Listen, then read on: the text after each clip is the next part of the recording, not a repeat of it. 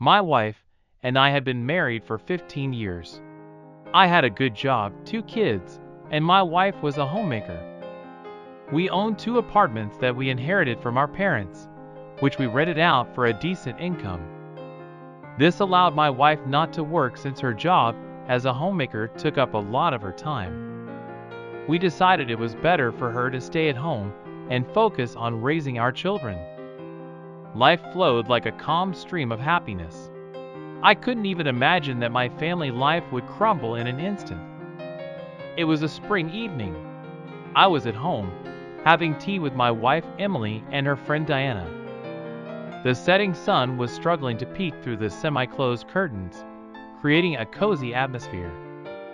Diana, Emily's friend, was a middle-aged woman of 45, but she always appeared fresh and energetic. She didn't have children, and that often became a topic of conversation. Today was no exception. "You know," Emily turned to Diana, "I always wondered why you don't have kids." "You've always wanted to be a mom." Diana sighed and nodded. "Yes, Emily, you're right. I do dream of having kids. But it seems like it's just not meant to happen. None of my suitors want to step up and become fathers.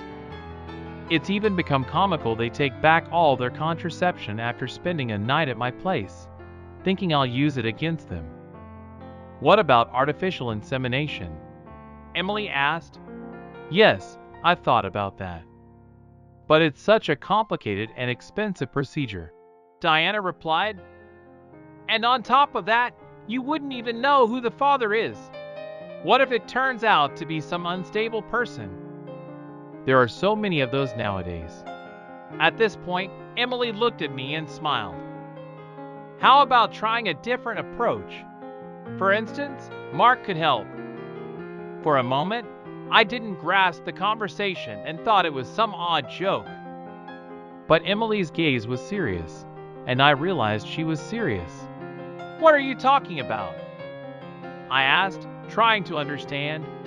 "Well, you could help Diana," Emily said. "After all, we've got experience in that department." I must have looked utterly baffled at that moment. But Emily continued, "Look, it's not complicated. Just go to the room. Mark knows what to do. It won't take you more than 4 minutes, and it'll be done. Diana will get what she's been wanting for so long." I was shocked. Initially, I took it as a ridiculous idea, but then it dawned on me that Emily was actually suggesting this as a solution.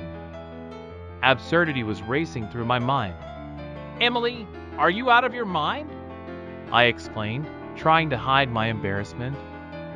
"No, I'm serious," she replied. "We can help Diana fulfill her dream. Dreams are meant to come true, right?" I looked at Diana, who was still silent, and strangely felt that I could change something in her life. My mind was racing, but I couldn't say a word.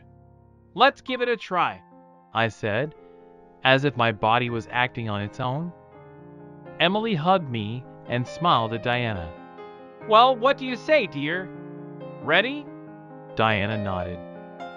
We walked into the bedroom, and I couldn't believe that this was actually happening. Maybe it was nervousness or an odd internal uncertainty, but it all happened fairly quickly, in less than 4 minutes. We walked out of the room, and I felt like I was in a parallel reality. "That's it," I said, not quite comprehending what had just occurred. Emily and Diana hugged, their faces radiating joy and a new kind of energy. At that moment, I realized that I had helped do something important for Diana, and it would genuinely change her life. When Diana gave birth 9 months later, I gave the child my last name, as it felt honest and right. But more surprises were yet to come. Emily's friend filed for child support, demanding money for the child's upbringing. The situation became even more complicated. In the end, my family with Emily fell apart.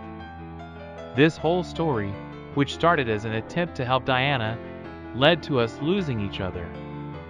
Perhaps my actions were not well thought out. Maybe I should have been more insistent and discussed everything with Emily in detail. Life sometimes teaches us crucial lessons through difficult trials.